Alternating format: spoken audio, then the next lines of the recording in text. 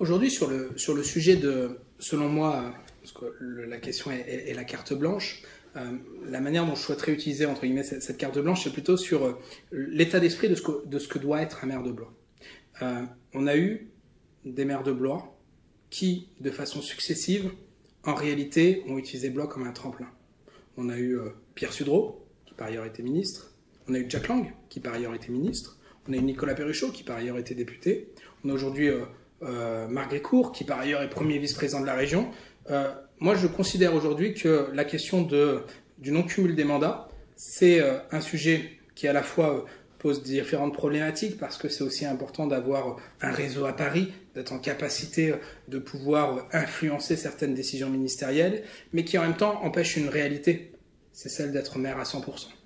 J'avais fait ma campagne, et je referai ma campagne sur cette question d'être maire à 100%, c'est-à-dire sur cette nécessité d'avoir un maire qui soit parfaitement disponible. Parfaitement disponible pour les entreprises, parfaitement disponible pour les associations, parfaitement disponible pour ses administrés. On a fait un choix, on est les seuls aujourd'hui à disposer d'une permanence.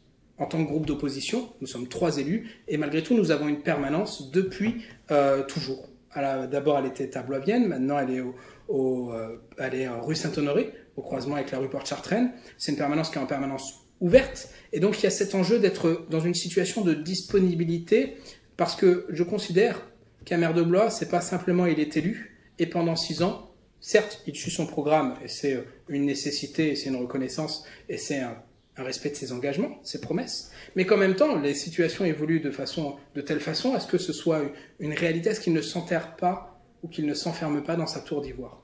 Aujourd'hui, de façon unanime, et j'en fais partie, nous sommes tous d'accord sur le fait que le maire de Blois soit sympathique. Mais par contre, est-ce qu'il est disponible? Est-ce qu'il soit réellement à l'écoute de nos problèmes? Eh bien, après 15 ans, je pense, et c'est quelque chose qui est aussi consensuel, après 15 ans, pas du tout.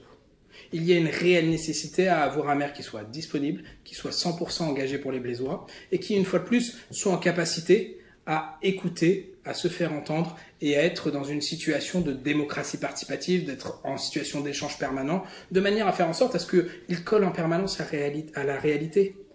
Le maire de Blois s'est fait élire en 2020 en pleine situation Covid. On a eu ensuite l'année 2021-2022 où il y a eu à la fois le sujet des gilets jaunes, on a eu la situation 2023 où là la question se pose depuis une semaine sur des émeutes urbaines.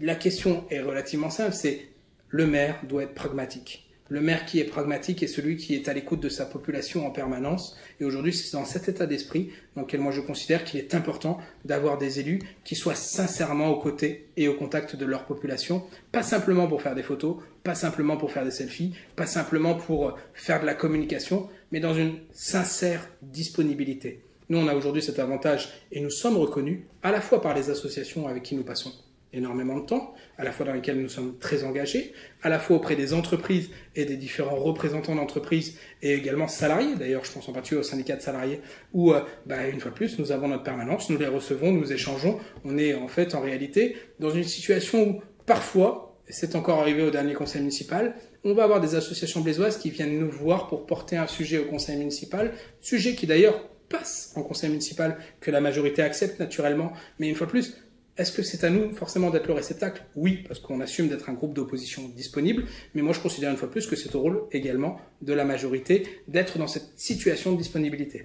Donc sur ce sujet de maire à 100%, je souhaite vraiment qu'on revienne dessus parce que, une fois de plus, je pense qu'il y a eu un problème concernant les différents engagements qu'a eu l'occasion de faire Marc Grécourt. Il s'était d'abord engagé à ne pas se représenter pour un 3e mandat. Il a eu l'occasion, une fois qu'il s'est représenté pour son 3e mandat, de se réengager à ne pas être candidat pour un 4e mandat. Mais aujourd'hui, ce que je souhaite, c'est qu'on puisse redonner ces lettres de noblesse à l'engagement politique, à la parole publique, aux promesses. Une promesse électorale, c'est pas du vent. C'est quelque chose qui est un contrat qu'on passe avec ses électeurs et qu'on passe avec ceux aussi qui ne votent pas forcément pour nous. Mais en tout cas, une parole, elle engage. Moi, je considère, une fois plus, que quand on donne sa parole, c'est quelque chose qui est sacré. Et par conséquent, moi, je serai très attentif, en particulier dans les mois à venir et dans les années à venir, au fait que la candidature qui sera portée, qui j'espère sera une candidature d'union d'ailleurs, puisse être une candidature avec une réelle volonté de se consacrer à Blois et de ne pas considérer Blois comme un tremplin pour d'autres responsabilités ou pour d'autres mandats. Les Blésois méritent mieux que ça.